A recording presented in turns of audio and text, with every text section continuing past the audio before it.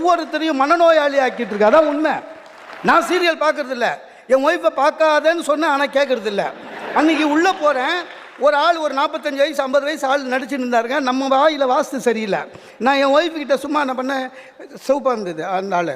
நான் சொன்னேன், என்னம்மா பார்த்தா உங்கள் அப்பா மாதிரியே இருக்காருன்னு கேட்டேன்.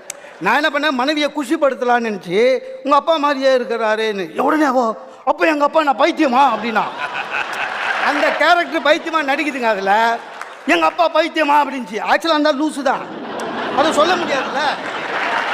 அந்த அந்த அளவுக்கு மனநோயாளியை ஆக்கி வச்சுருக்காங்க. சார் நான் ஒன்று சொல்கிறேன் சார், நீ என்ன இன்வெஸ்டிகேஷன் பண்ணுற?